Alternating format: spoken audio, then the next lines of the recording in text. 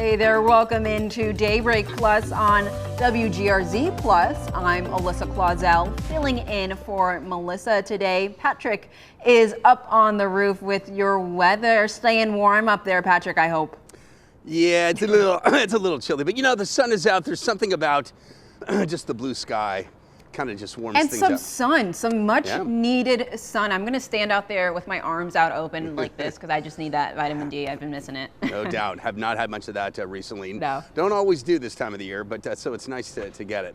All right, good morning, everyone. It is a cold start, and we're going to have dry weather today, but snow makes a return, it looks like, this weekend. Let's take a look at your forecast. And as you can see, over the next 5 days, we'll start with that. We got the sunshine today, then some snow on tomorrow, especially in the morning in the Buffalo Metro and pretty much all day for the southern tier. Snow showers continuing into Sunday. Also, one last system on Monday will trigger some snow showers. And then after that, it begins to warm up. And our next precipitation will be on Thursday with rain. There we go, the forecast for today, mostly sunny, a westerly breeze, 10 to 15 miles an hour. And as you can see on satellite and radar, lots of lake effect snow near Syracuse. Some clouds and flurries for Cattaraugus, Chautauqua counties. Those should break apart. But our next system is looming for tomorrow. In fact, let's take a look at future looks starting. This morning, we're going to see temperatures in the 20s to close to 30 degrees. Here comes the lake effect snow developing at night. Tomorrow morning, it's snowing probably heavily before that snow band begins to shift south. In fact, you'll see that happen here. And now the snow is kind of settling a little bit across the southern tier with some breaks in the snow to the north, okay? Then as we head into Saturday night, clouds and some snow showers. Sunday morning, it starts off cold and it stays cold, with numbers holding in the teens with some snow on Sunday. And then finally, one more day of some snow, and that'll come on Monday, and temperatures beginning to warm up. So there's your weekend forecast. Periods of snow tomorrow, snow showers on Sunday, highs again in the teens to around 20 on Sunday. And also Sunday, we're tracking a mostly cloudy day for the Bills and Patriots game. Some light snow will be occurring in the morning, but I think the snow should taper off just before or maybe in the first quarter with the 1 o'clock kickoff. And it will be breezy with the northwest wind 10 to 20 miles an hour. So once again, here's the next 5 days with the snow for the weekend. 32 on Tuesday, and then we're into the 40s Wednesday and Thursday with, Alyssa, a chance of rain, it looks like, to end next week. Uh-oh, we'll keep an eye out for that one. Okay. Thanks, Patrick. And in our top stories this morning, a near disaster in Wyoming County remarkably ended without anybody getting hurt when a car hit one of the Arcade and Attica Railroad's passenger trains. According to the Wyoming County Sheriff, there were 174 people on board when this happened around 5:30 last night. It happened on Chaffee Road, right where the Santa's Wonderland Express train ride stops. The county sheriff's office says a 22-year-old was driving a Chevy Malibu, and he collided with the train crossing the roadway. Thankfully, no one was hurt. A woman who lives right at the crossing tells us that there are no automatic warning lights, and she says cars tend to speed there. The driver was ticketed for speeding, and the investigation into this accident is ongoing. According to that neighbor, everybody on the train was still able to go see Santa. And the chief bankruptcy judge in the Catholic Diocese of Buffalo's bankruptcy proceedings has approved a motion made by sexual abuse survivors and their lawyers to be able to make victim impact statements before the court. We know now that those statements will take place over several days in late January or early February. An estimated 80 to 160 abuse survivors are expected to give testimony over 4 days. Many survivors attended yesterday's bankruptcy court hearing and addressed the court by name, including many who filed their cases under pseudonyms. I got choked up listening to people who, some of whom I have known throughout this process, who would not say their name before, and now they've found the strength to stand up in open court to say, Judge Buckeye, I'm here, I want to speak, I want to be heard. And so I think it takes an amount of courage. It has obviously taken some healing over these past 6 years, and I think it's progress for them. And I think it was very powerful for the judge to hear a couple of dozen people who came today to hear his decision that he would allow survivor statements. A church lawyer said in court that Bishop Michael Fisher has agreed to attend these hearings when they happen. And later this morning, in about 2 hours at 11, Buffalo Mayor-elect Sean Ryan will announce more of his appointments to join his administration.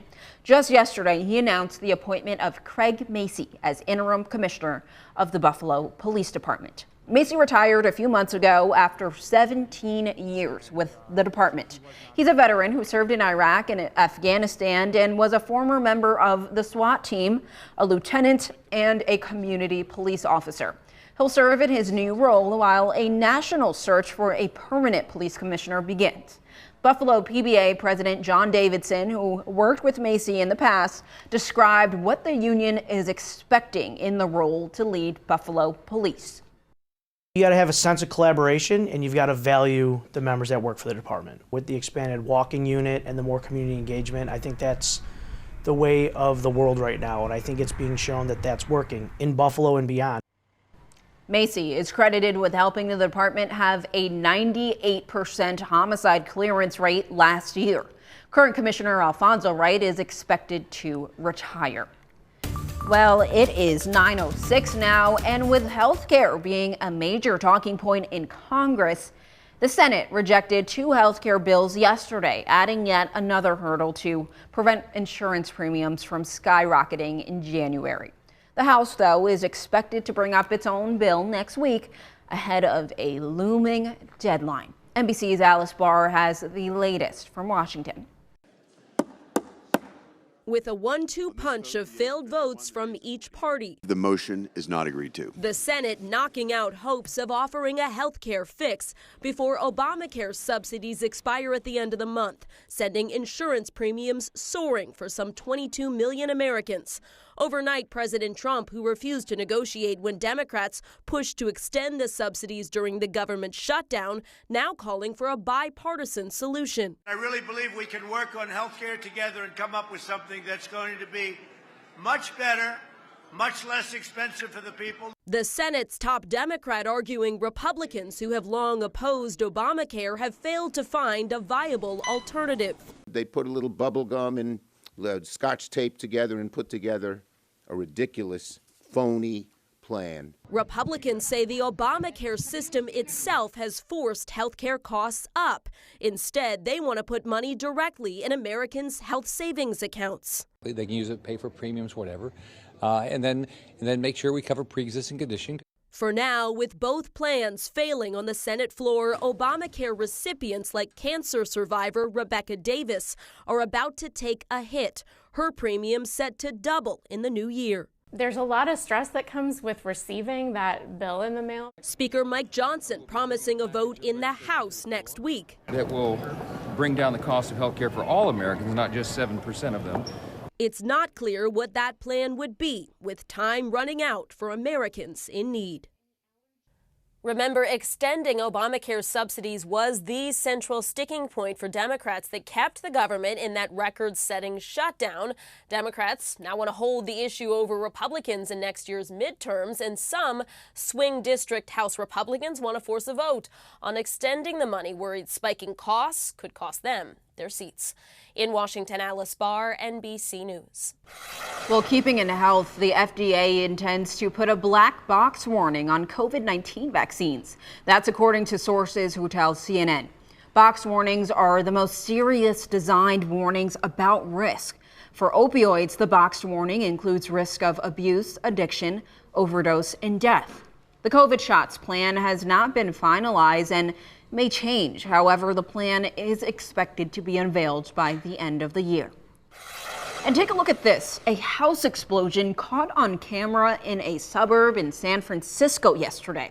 You can see workers nearby. They're ducking and running away as the house blew up and burst into flames. 6 people were injured and nearby homes were damaged. Fire officials say the blast and fire happened after a construction crew damaged a gas line. And this morning, we want to say congratulations to the SPCA of Erie County. Their largest fundraising event of the year, the 23rd annual Radiothon, raised at least $132,000. 2 on your sides, Chelsea Swift has more on the event and how they're promoting adoption across Western New York. Radiothon is how we all like to kick off our holiday season. So we all dress up. We're very festive and jolly today. We're celebrating all the lives we're going to save through the money that we raise. The fundraiser is starting at 6 Thursday morning, and the Adoption Center opened at 11 a.m. In addition to live radio shows, when you get to 300 Harlem Road, you will be greeted by goats, puppies, rabbits, and more. One volunteer answering phones says the money raised will help animals in need. And the SPCA has been doing an awesome job with rescuing and saving and bringing new life into animals that really were not either going to make it or were being mistreated. And to have an organization care this much about animals is just amazing. The CEO says this week they're encouraging animal lovers in Western New York to adopt. We have a huge adoption special, so we're welcoming people to come in. We've got a ton of puppies on the floor. We have a room full of kittens, and of course we have all of our adult animals as well. So we would love to see people come in and bring some puppies and kittens home. And that was Chelsea Swift reporting. Stay with us. We're going to take a quick break. 9:13 now, and we're diving deeper into one of the Bills' newest players. Brandon Cooks has been with the team for just over 2 weeks and tells us he just wants to get to know the area. Channel 2 sports reporter Jonathan Acosta spoke with Cooks to learn how he plans to do just that. Brandon Cooks is settling into life in Buffalo. I feel like the adjustment's going great. I really do. You come in a place like this, and when they welcome you with, open arms, and it's like a family. Fortunately for Cooks, he's used to tackling new challenges. The Bills wide receiver, known for his speed, can fly on the field. But in 2021, what started as a conversation led to him getting his pilot license, allowing him to literally take flight. I was getting to know a business guy, and he had his license, and in our conversation, it came off like, I don't know if you can do this. That's the way I took it. So tell me I can't, I'm gonna show you I can. I took the challenge, and it became actually something that I absolutely love to do. With me and my family, being out on the West Coast, we get to fly and see so many different places. It's one of the most fulfilling things that you could possibly do, because when you get up there in the air, you like, man, how are we able to do this? Cooks shares videos of his flights on his Instagram page, now flying a Cirrus SF-50, but says there's nothing like the experience of being in the pilot seat and taking off. You really feel like you floating.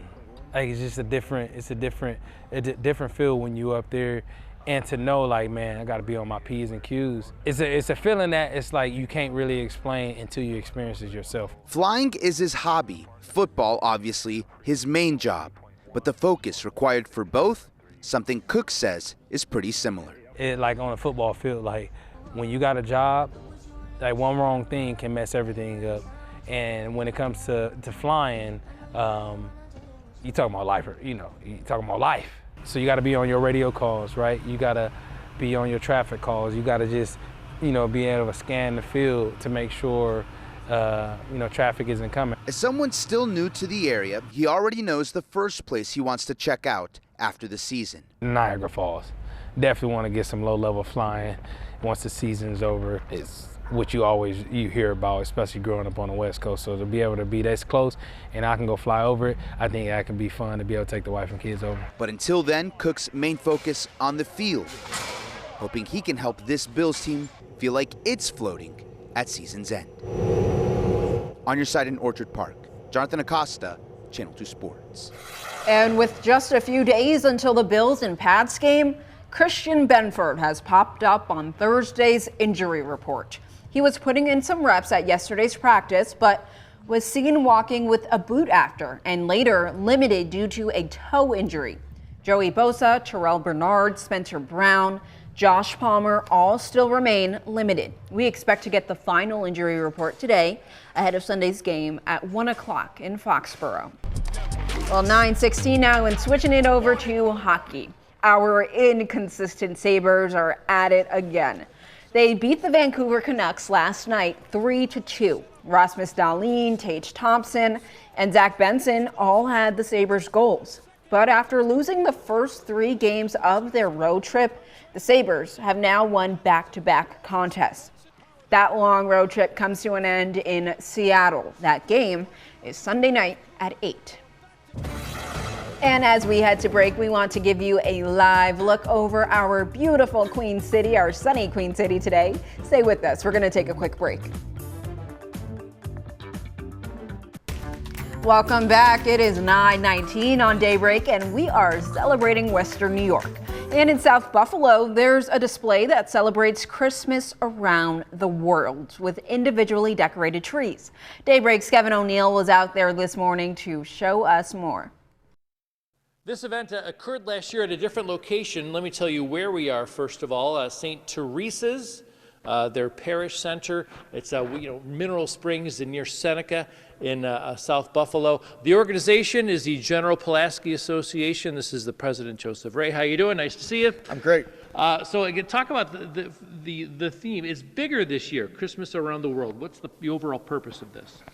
The idea of our organization is really to build bridges, and there's no better way to do this, especially in the city of good neighbors, to build bridges with other cultural communities and help connect people. You know, in a way, a lot of people are disconnected from their heritage. Sure. They don't probably know all the stories that their grandparents and all the traditions, and we're bringing that back. And frankly, even putting all these ornaments together with the trees and the write-ups for each tree, if we didn't do that now, it might not have a chance to do that in the future. The older generations will love this. I'm going to bring my daughter here. I think she'll get a kick, the 7-year-old to get a kick of seeing all these different trees and the different ways people celebrate Christmas. Yeah, it's amazing of how much, by looking at the different countries and different trees, how much we are connected and we share things together versus how much we're different. Even countries that are surprised, you don't think of them as Christian countries, but there still are Christmas celebrations within the countries. I'm talking about Bangladesh and Taiwan, etc.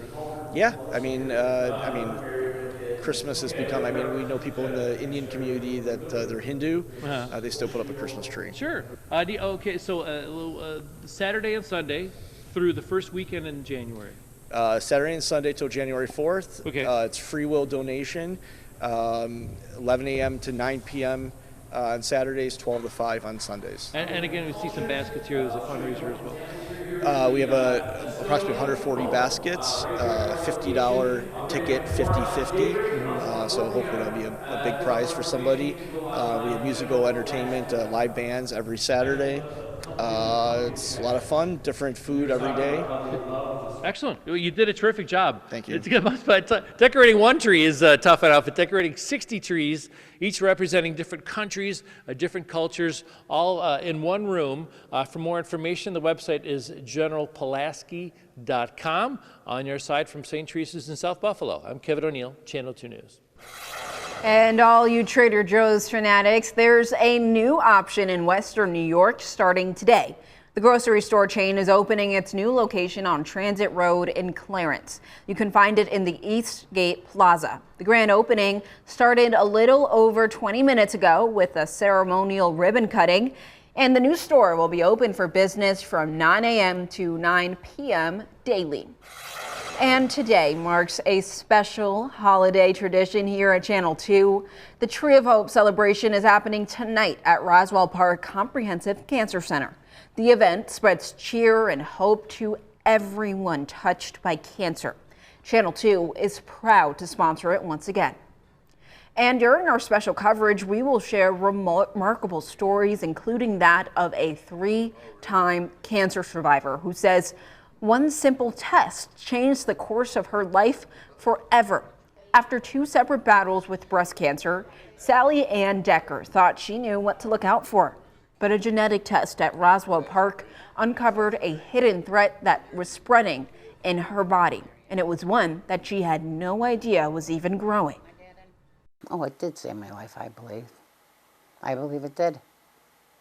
Because I wouldn't have asked for a hysterectomy. You know, I was worried about my breast. I was not worried about my uterus or pancreas or anything like that. It did save my life, Dr. O'Neill.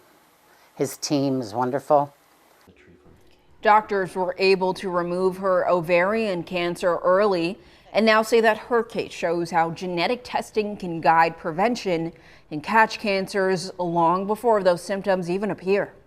Now, you won't want to miss out on our Tree of Hope celebration today as we tell you what it means for other patients and how much genetic testing actually costs. You might be pleasantly surprised. And you will see that story and many, many more as we highlight the important work happening at Roswell Park. And it all leads up to a very special moment when a very brave young boy battling cancer flips that switch, lighting that tree of hope. Melissa Holmes and Scott Levin will be out there for coverage starting first at 4 right here on Channel 2. And today you can watch the world premiere of A Royal Christmas Tale at the North Park Theater. You may remember it was being filmed at the Erie County SPCA back in February. You're looking at some of that production now. One of the stars of the show, Gizmo the dog, will be in town to walk that red carpet. And speaking of holiday movies, we want to show you how one man is putting on his best impression from a classic movie starring Will Ferrell. You might know what I mean here. Amelia Fabiano introduces us to Buddy in Boston. This is Buddy. Get out of my way! Well, Colton Cunningham. Hi! Does someone need a hug? Online, you know him as Beef Eats First. He bought the Buddy the Elf costume for a 5K, but found another use for it. I love doing skits, stuff like that. And why not my first skit on social media be Elf just running around Boston? And he committed, like fully committed. That was a scary one, obviously. Putting on his best Will Ferrell impression. Nobody's as good as Will Ferrell, but you know. To show what it would look like if Buddy came to Boston instead of the Big Apple. You had the walk down. Yeah, the walk was down. Saw our friend Wally, the green monster. He and his friends hit all the landmarks. There was the same trolley driver that passed us maybe 4 times throughout the day, and we recognized him every time, and every time he'd lean out the window yelling like, yeah, he's an angry elf. To recreate iconic moments. Congratulations, world's best cup of coffee. Everyone went dead silent, and I was like, oh no, like we're really doing this. One of his camera guys, gone. My friend who was behind me videotaping was so embarrassed that he actually ended the video short and ran out of there. And yes, like Buddy in the mailroom of the Empire State Building, there were beverages involved. How many pints of Guinness were consumed in the making of this video? 3 pints of Guinness. Plus a very questionable Boston-themed snack. I myself would give it a thumbs down. While Buddy in Boston has racked up over 250,000 views, he is retiring for now. They're gonna be really disappointed when I go back to like food reviews and I'm not dressed as Buddy the Elf walking around. And right now we want to give you a live look over our Queen City. There's Niagara Falls there. Patrick is here in the studio with another look at your forecast before we say goodbye. Hey there, Patrick. Look at all the birds. The birds don't seem... They're always there. But do the feathers keep them warm? I mean, what's the deal? They seem like completely unaffected by the cold. Like goose jackets, goose down, you know. Oh my gosh, of course. They're down birds. Down. All right, good. All right, good morning, everyone. Quiet and chilly today. Snow tonight into tomorrow morning, especially 2 to 4 inches. Heavy snow for the southern tier possibly this weekend. So here we go. Future look shows dry conditions today, but beginning as early as this evening, actually, we could get a few lake effect snow showers that will drift over the south towns and then Buffalo. And then as we go through time, that heavy band of snow is going to set up right over, it looks like Buffalo to Niagara Falls. And then some of that snow will be heavy at times, but push south fairly quickly so that by 9:30, 10 o'clock, the snow should wrap up, at least the heavy snow. And then we'll see snow showers for the rest of the day, and it'll be chilly. Then on Sunday, one more push of cold, really cold air. Temperatures in the teens all day, and there will be some snow showers around, it looks like, on Sunday. But the best accumulating snows, again, come Saturday morning, except for the southern tier where it's going to continue through the weekend. So here's a look at your totals expected. 2 to 4 inches generally. Notice 6 to 10 down for the hills of Chautauqua County. And then as we head into the hills of southern Erie, Boston Hills, Holland Hills, down into Cattaraugus County, 4 to 6 inches on top of a very deep snowpack already. So mostly sunny skies today, kind of cool. Snow 1 to 2 inches tonight. And then for tomorrow, we're going to see that snow in the morning, particularly. It could be heavy early. And the long range forecast looks like this. We're going to see Again, snow showers Sunday, Monday, and then it gets warmer with temperatures in the 40s by Wednesday, Thursday. We're going to have a mild stretch, I think, for next week and probably the week before Christmas, where there might be a couple of opportunities for rain. But we'll see that Wednesday night into Thursday. For the south towns in the southern tier, again, we've got the snow for the weekend, some of it heavy. Saturday, Sunday a cold day, Monday snow showers, and then Tuesday mostly cloudy, rain showers on Thursday. So there you go. All right, well, I'm not too mad about the warm coming back. That is fine. A couple days, but yeah, Christmas, it's come on. White Christmas? Don't take, White Christmas? Don't take my snow. Don't take my snow. White Christmas. You heard it here first. Anyways, thanks for joining us on Daybreak Plus. We'll see you tomorrow. Monday, actually.